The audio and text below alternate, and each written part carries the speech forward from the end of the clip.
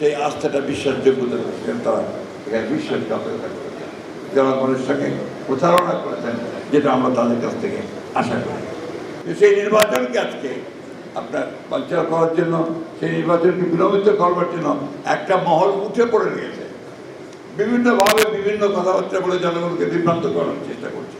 কিন্তু আমরা খুব পরিষ্কার করে বলতে চাই, গণভোট নির্বাচনের আগে করার কোনো সুযোগ এখন আর নাই।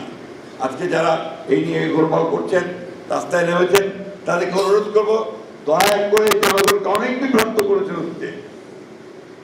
অনেক করেছেন, সেগুলো আমি বলতে চাই না। এক সময় আপনারা এই দেশের সকল মানুষের চাহিদা ছিল পাকিস্তান স্বাধীন হয়ে, আপনারা সেটার বিরোধিতা করেছেন। 1971 সালে মুক্তিযুদ্ধের বিরোধিতা করেছেন। আজকে দয়া করে জনগণ যে নির্বাচন চায় সেই নির্বাচনের বিরোধিতা করবেন না, কারণ এই দেশের মানুষ কখনো পিত্রারের যারা পিত্রে করে তাদেরকে ক্ষমা করে না, তারা ক্ষমা পায় না। সুতরাং ওখান থেকে সরে আসুন। যাদের সঙ্গে আমরা দীর্ঘ 15 বছর লড়াই করেছি, একসাথে কাজ করেছি, তাদেরকে সঙ্গে নিয়েই আমরা সরকার গঠন করতে চাই।